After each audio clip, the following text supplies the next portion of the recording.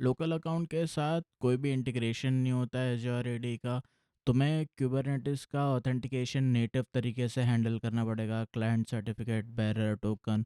अगर कोई एडी का यूज़र है, एकेएस गेट क्रेडेंशियल चलाओगे तो सारी की सारी परमिशन मिल जाएगी। इसे सॉल्व करने के लिए माइक्रोसॉफ्ट एंटर आईडी ऑथेंटिकेशन के साथ दो तरीके हैं, एक कुबरनेटिस आरबीएसी, एक एज़्योर आरबीएसी। दोनों इस वीडियो में देखते हैं। मैंने पहले से कुछ यूज़र्स और ग्रुप्स बना के रखे हैं ताकि उन्हें हम इस वीडियो में यूज़ कर सके परमिशंस देने के लिए। ग्रुप्स में मेरे पास 3 ग्रुप्स हैं, मैं दिखाता हूँ अभी। एक ऐप डेव है, एक एसआरई है और एक एस एडमिन है। ऐप डेव में मैंने एक यूज़र बनाया है, यूज़र 1 करके। और जो एसआरई है, एसआरई में मैंने दूसरा यूज़र बनाया है, यूज़र 2 करके। और जो एकेएस एडमिन है, इसमें मैंने एक यूज़र बनाया है जो मेरा एडमिन यूज़र है, डेवऑप्स की नाम से यूज़र है ये, बट ये मेरा एडमिन यूज़र है। अब स्टार्ट करते हैं क्यूबरनेटिस आरबीएसी के साथ। एंटर आईडी के साथ क्यूबरनेटिस आरबीएसी या तो तुम क्रिएशन के टाइम पे सेट कर सकते हो। जैसे क्रिएट करने के टाइम पे तुम्हें एक ऑप्शन आएगा नीचे कि लोकल अकाउंट यूज़ करना है या एंटर आईडी के साथ आरबीएसी यूज़ करना। सो एंटर आईडी के साथ जब तुम सेलेक्ट करोगे, एक क्लस्टर एडमिन यहाँ पे मांगेगा, ये ग्रुप दे दो जो भी एक एस एडमिन वाला ग्रुप हमने करा है। सो ये ग्रुप मैं अगर दे दूंगा तो इस ग्रुप में जितने भी यूज़र्स होंगे सबको क्लस्टर एडमिन की परमिशन मिलेगी। अगर एग्जिस्टिंग क्लस्टर है तो सिक्योरिटी कॉन्फ़िगरेशन में तुम लोकल अकाउंट से एंटर आईडी पे स्विच कर सकते हो। बट एक बार तुम एंटर आईडी पे आ गए तो तुम लोकल अकाउंट पे वापस स्विच नहीं कर पाओगे। सो इसमें भी सेम मैंने एक ऐसा एडमिन दे दिया क्लस्टर एडमिन के नाम पे और चेंजेस अप्लाई कर दिए। चेंजेस अप्लाई करने के लिए थोड़ा टाइम लगता है। एक बार क्लस्टर अपडेट हो जाएगा उसके बाद फिर हम चलेंगे एक्सेस कंट्रोल में। जो हमने ग्रुप्स क्रिएट करे, इन ग्रुप्स को हमें परमिशन देनी है कि एग्जैक्टली कितनी एक्सेस वो क्लस्टर पे कर सकते हैं। यहाँ पे ऐड रोल असाइनमेंट करके हमें कुछ रोल्स एज्योर के साइड से देने पड़ेंगे और कुछ कुबरनेटिस के साइड से देने पड़ेंगे। सो ये डॉक्यूमेंट है, मैंने डिस्क्रिप्शन में इसके लिंक दी है। इसमें ये एक रोल देता है सर्विस क्लस्टर यूज़र रोल। ये प्री डिफाइंड रोल है, यहाँ पे तुम सर्च करोगे तो मिल जाएगा। ये मैंने सेलेक्ट करा और इसको नेक्स्ट करता है और यहाँ पे मैं मेंबर्स ऐड करता हूँ। सो मेंबर्स में कौन कौन है, हमारा ऐप डेव ग्रुप है और एसआरई ग्रुप है। ये दोनों ग्रुप में सेलेक्ट करता हूँ और इनको असाइन कर देता है। सो जैसे ही हमारे एज्योर के रोल्स एसोसिएट हो जाएंगे, फिर हमें क्यूबरनेटिस के अंदर रोल और रोल बाइंडिंग क्रिएट करनी है। ऐप डेव के लिए एक नेम स्पेस मैंने दिया है, डेव वाला नेम स्पेस, इसमें पूरी परमिशन है इसको। ये नेम स्पेस के बाहर इसको परमिशन नहीं है। एजर के साथ ये ग्रुप ऑब्जेक्ट आईडी के थ्रू इंटीग्रेट होता। सो यहाँ पे जो ऑब्जेक्ट आईडी है ग्रुप की वो रिप्लेस कर देना। वैसे ही मैंने एक एसआरई का रोल और रोल बाइंडिंग क्रिएट करी है। एसआरई वाला एसआरई नेम स्पेस में रहेगा और रोल बाइंडिंग में जो ग्रुप ऑब्जेक्ट आईडी है वो एसआरई ग्रुप की मैं डालूंगा यहाँ पे। सो ये 4 फाइल्स मैंने अपने लोकल सिस्टम पे बना रखी है अलग अलग नाम से।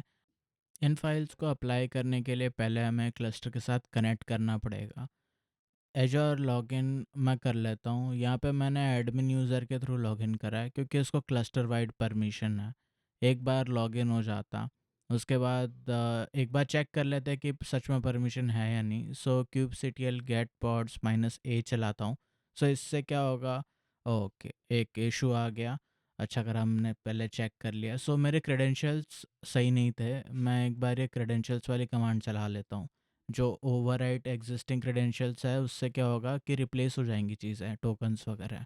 अब अगर मैं गेट पॉड्स -a चलाता हूँ तो यहाँ पे मेरे को पॉड्स दिख रहा है, मतलब इशू कोई नहीं है अभी हमें।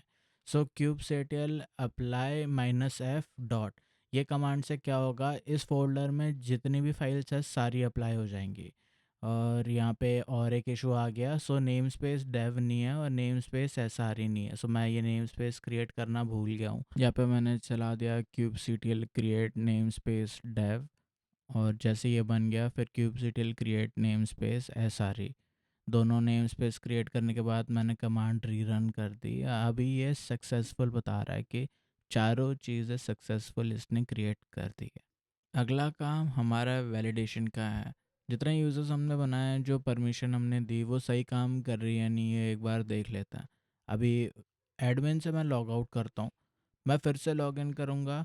इस बार मैं लॉगिन करता हूँ यूज़र वन में।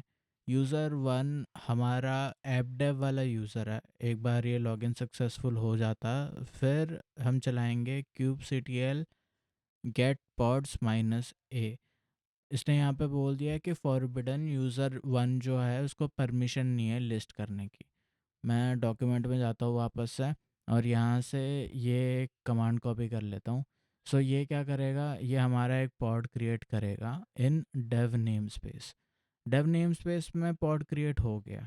डेव नेम स्पेस में अगर मैं पॉड्स को गेट करूँ तो वो भी चलेगा, बट अगर मैंने किसी दूसरे नेम स्पेस में ट्राई करा, मैंने एस में ट्राई करा, तो एस में ये वापस से फॉरबिडन वाला इशू देगा।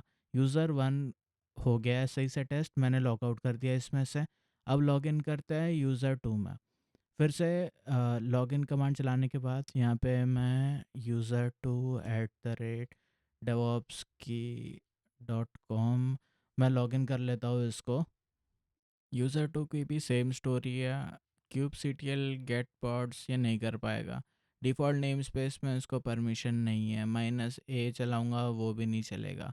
अगर मैंने माइनस एन डेव वाला चलाता है तो डेव में भी इसको परमिशन नहीं है। और अगर मैं एस में चलाऊँ तब ये बताता है नो रिसोर्सेज फाउंड, मतलब वहीं पे इसको परमिशन है। डॉक्यूमेंट में चलते हैं, सेम कमांड जो हमने क्रिएट करने वाली थी, क्रिएट पॉड वाली थी, वो कॉपी कर ली और यहाँ पे नेम स्पेस खाली मैंने चेंज कर दिया। मैंने यहाँ पे RSTE लिख दिया, SRE लिखता है, फिर से चलाता है तो पॉड क्रिएट हो जाता। अब मैं गेट करूँ पॉड्स को, सो यहाँ पे मेरे को एक पॉड दिख रहा है। ये एरर इमेज पुल, इसको इग्नोर करो, ठीक है, ये तो इमेज का इशू है। एजोर RBAC में हमें जो रोल और रोल बाइंडिंग है उनका कोई लेना देना नहीं होता। एक बार तुमने एजोर RBAC सिक्योरिटी कॉन्फ़िगरेशन में जाके सेट कर दिया, फिर तुम्हें सिर्फ रोल देना है एजोर पे और उसी से काम सारा चल जाता। एजोर RBAC ऐसे तुम ऑथेंटिकेशन ऑथराइजेशन में सेट करके इसको अप्लाई कर सकते हो। क्रिएशन के टाइम पे भी मतलब ऑप्शन आएगा, उस टाइम पे दे देना। ये कोई एक्स्ट्रा रोल क्लस्टर एडमिन वगैरह तुम्हारे से नहीं मांगता, ठीक है। अब एक बार ये चेंजेस अप्लाई हो जाता है, फिर एक्सेस कंट्रोल से मैंने क्या करा, मैंने जो दोनों यूज़र की मैपिंग करी हुई थी सर्विस यूज़र रोल से, मैंने वो हटा दी और अब एक नया रोल असाइनमेंट करता है। By default Azure 4 inbuilt role support करता है, तुम कस्टम भी बना सकते हो। बट डॉक्यूमेंटेशन में अगर मैं स्क्रॉल करूँ ऊपर तो यहाँ पे तुम्हें 4 रोल्स दिख जाएंगे।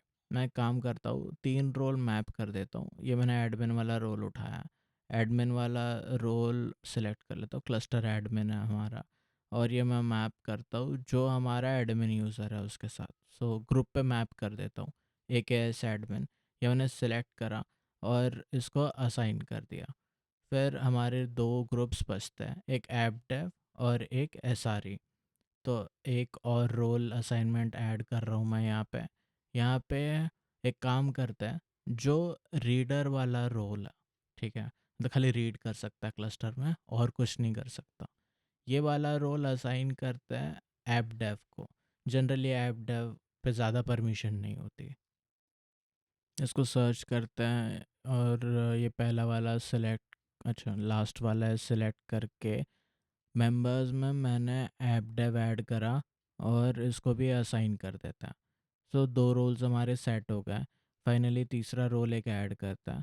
सो ये रोल है हमारा राइटर वाला, जो SRE है उसको हमने राइटर की परमिशन देनी है। सो रीडर के अलावा मतलब ये राइट भी कर सकता है, डिलीट कर सकता, क्रिएट कर सकता, चेंजेस ला सकता। बट तब भी दोनों रोल्स में एक इशू क्या है कि मैंने सारी वाला ऐड करा और ये असाइन कर देता है। सो दोनों रोल्स में डिफरेंस क्या है कि दोनों रोल्स रोल और रोल बाइंडिंग्स को नहीं एक्सेस कर पाएंगे। जो कुबरनेटिस का इंटरनल रोल बाइंडिंग है उसको वो लोग कुछ नहीं कर सकते, वो खाली एडमिन चेंजेस कर पाएगा उसमें। मैंने यहाँ पे अब मेरे को याद नहीं मैं किससे लॉगिन, तो मैं लॉग आउट करता हूँ और AZ लॉगिन, फिर लॉगिन करता है सबसे पहले यूज़र वन से। ठीक है, ये हमारा रीडर ओनली रोल है। ये पूरे क्लस्टर पे रीड कर पाएगा, ऐसा नहीं कि खाली डेव पे रीड करेगा। अब जो रोल बाइंडिंग थी उसका कोई सेंस नहीं बनता। So kube C T L get pods अगर मैं चलाऊँ तो मेरा डिफ़ॉल्ट नेम स्पेस में रीड कर लिया, -n डेव चलाऊँ तो उसमें भी कर लिया, तो ये ओवरऑल पूरे क्लस्टर पे रीड कर सकता। बट अगर मैं डिलीट करूँ, ठीक है, एक पॉड में डिलीट करने की कोशिश करता हूँ डेव नेम स्पेस में, तो ये डिलीट नहीं कर पाएगा। यहाँ पे एरर आई हमारी फॉरबिडन कि रिसोर्स के पास, यूज़र के पास परमिशन नहीं है रिसोर्स डिलीट करने की, कह रहा है कि परमिशन असाइन करो। सो एक काम करता है, अब लॉग आउट करता है यूज़र वन से और फिर लॉगिन करेंगे यूज़र टू से। ये लॉगिन की स्पेलिंग नहीं सही आ रही, ये मैंने यूज़र टू से लॉगिन कर लिया यहाँ पे, और ये एंटर मार देता हूँ क्लियर करके। एक काम करता है kube C T L get pods minus, अरे एन रह गया, रुको, -n डेव, और ये हमारा आ गया nginx -dev। डिलीट कर देता है, ये स्पेलिंग है नहीं सही हो रही। Kube C T L delete pod nginx -dev -n dev, ये डिलीट हो गया nginx पॉड हमारा। बट जैसे मैंने कहा था, रोल्स और रोल्स बाइंडिंग के ऊपर इसकी कोई परमिशन नहीं है। मैं अगर गेट भी करूँ तब भी ये एरर मारेगा, बोलेगा रोल बाइंडिंग देखने की परमिशन नहीं है। फिर एक काम करता है, इससे भी लॉग आउट करता है और जिसके पास परमिशन है उससे लॉगिन करेंगे। जो हमारा एडमिन यूज़र है, एडमिन यूज़र के साथ हम रोल बाइंडिंग्स को भी अपडेट कर सकते हैं। मैंने एडमिन यूज़र से लॉगिन करा, ये एंटर मार के क्लियर कर देता, और अब रोल बैंडिंग्स में गेट करूँ तो यहाँ पे मेरे को रोल बैंडिंग्स मिल रही, मतलब कोई रोल बैंडिंग नहीं है, मैं -a चला देता हूँ। सो मेरी सारी रोल बैंडिंग जो है वो मैं देख सकता हूँ। ये तो हो गए इनबिल्ट वाले रोल्स। अगर कस्टम रोल क्रिएट करना है, तो ये स्टेप्स मैंने फॉलो करे। मैंने एक AKS डिप्लॉयमेंट रीडर बनाया, ये जेसॉन फाइल बनाई, फिर मैंने कमांड चलाई रोल डेफिनेशन क्रिएट वाली, और फाइनली मैंने रोल असाइनमेंट क्रिएट वाली कमांड चलाई। उसके बाद यार एक इशू आया मेरे को, मैं वो आप लोग के साथ शेयर करना चाहता हूँ। मैं लॉगिन करता हूँ, मैंने पहले यूज़र वन का रोल हटा दिया था, फिर मैंने नया रोल लगाया था, और लॉगिन करने के बाद क्या इशू आया, जब मैं गेट क्रेडेंशियल चला रहा हूँ तो इसके पास परमिशन नहीं है, तो जो डॉक्यूमेंट में दिया हुआ था वो इनकम्प्लीट है, तो मैं ये भी परमिशन ऐड करनी पड़ेगी। एक्सेस कंट्रोल में जाके रोल्स में अगर तुम सर्च करोगे डिप्लॉयमेंट तो मिल जाएगा। यहाँ पे ये एक है डिप्लॉयमेंट रीडर, इसको यहीं से एडिट कर देता है। एडिट मार के जेसॉन में इसमें क्या करना है ना, जो एक्शंस है, एक्शंस में हमें ऐड करना है, डेटा इसमें नहीं, डेटा एक्शंस में नहीं, सिर्फ एक्शंस वाला जो है उसमें ऐड करना है। तो ये क्लस्टर के बाहर की परमिशन है, इसलिए हमें वहाँ पे ऐड करना है। अगर अंदर की होती तो वो डेटा एक्शन में जाता। फिर ये चलाने के बाद मेरे को एक बार टोकन वापस से रिफ़्रेश करना पड़ेगा। मैं लॉग आउट करता हूँ, AZ लॉग आउट, और AZ लॉग इन कर लेता है। एक बार टोकन रिफ़्रेश हो जाएगा, फिर जो भी नए चेंजेस है वो अप्लाई हो जाएंगे। ये मैंने एंटर मार के वापस से गेट क्रेडेंशियल्स वाली कमांड चलाई, इस बार चल गई है वो। अब मैं अगर kube C T L get pods करूँ तो पॉड्स देखने की मेरे पास परमिशन नहीं है, बट अगर मैं डिप्लॉय चलाऊँ तो डिप्लॉयमेंट देखने की परमिशन है। मैं क्लस्टर वाइड डिप्लॉयमेंट्स देख सकता हूँ। ऐसे ही तुम भी कस्टम रोल्स क्रिएट कर सकते हो, अटैच कर सकते हो, और एकदम fine grained access control production में मैनेज कर सकते हो।